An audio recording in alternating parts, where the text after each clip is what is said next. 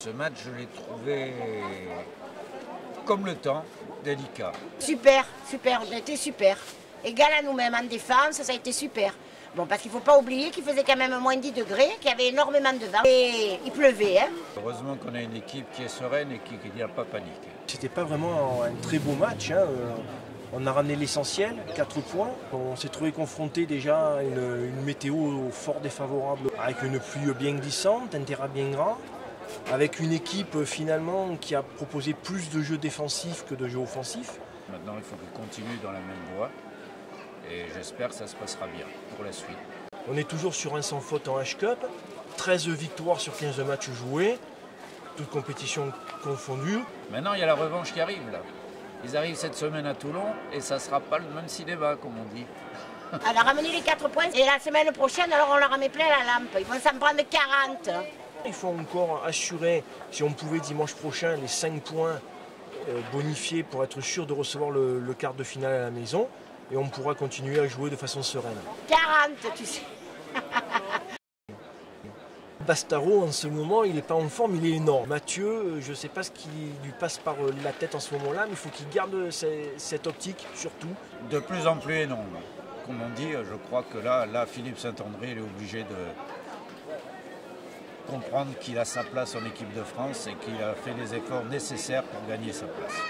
Là, pour moi, s'il n'est pas appelé par Saint-André en équipe de France sur les prochains matchs, c'est qu'il se passe quelque chose dans la tête à Saint-André. Hein. Là, Bastaro, il est, je vous dis, énorme. C'est un défenseur de défense. Il a un objectif, même quand il a 3 ou 4 joueurs sur le dos, c'est de rester debout. Il avance, et même si ce n'est pas lui qui marque, il fait marquer son équipe, et ça, c'est magnifique. Mon bébé, il a été énorme. Hein. Il a été énorme, mon bébé. Cet imbécile de... Comment il s'appelle de Boniface, il en a fait voir. Il a dit que c'était un garçon qui était foutu. Ben voilà. Et je sais pas, il fait remarque qu'il fait son maximum pour aller en équipe de France. Parce qu'il a envie. Il a envie d'aller en équipe de France. Il attend que ça, Mathieu. Johnny, bon, c'est la figure emblématique quand même, à Toulon. Je comprends qu'il hésite. On sait que les matchs commencent à devenir durs pour lui. On sait qu'il faut plus de temps de récupération. Maintenant, son choix, on le respectera. Et puis voilà, bon, il n'y a que lui qui peut savoir s'il se sent de continuer ou non. Moi, je pense que normalement, il va arrêter en fin de saison. Mais enfin, peut-être qu'on ne sait pas, il fera encore peut-être une saison.